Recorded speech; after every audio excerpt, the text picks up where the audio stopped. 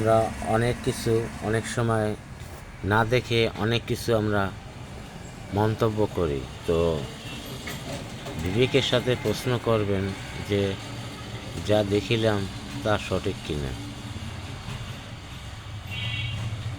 সবসময় মানুষকে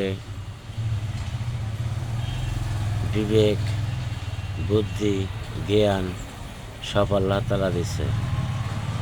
না দেখে কোনো জিনিসকে বিশ্বাস করিবেন না, আর না জেনে কখনো কেউকে সন্দেহ করিবেন না।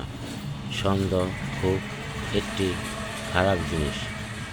যদি আপনার মনে কোনো সন্দেহ হয় তাহলে সে কাজ আপনি করিবেন না।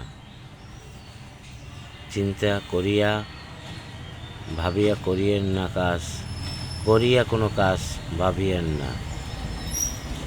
Thank you.